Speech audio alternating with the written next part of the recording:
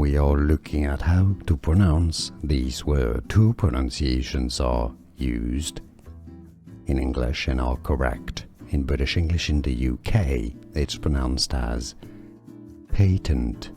Two syllables, stress on the first syllable, patent. In American English, it's rather said as patent, patent.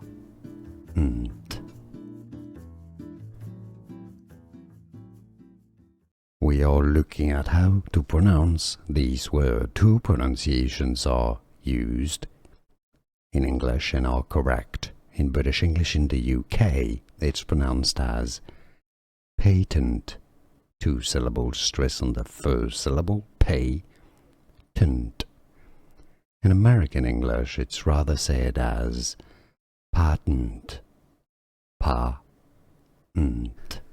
Here are more videos on how to pronounce more confusing words and names too many mispronounced. Like this video if you found it useful. I appreciate your support. I'll see you soon and thanks for watching.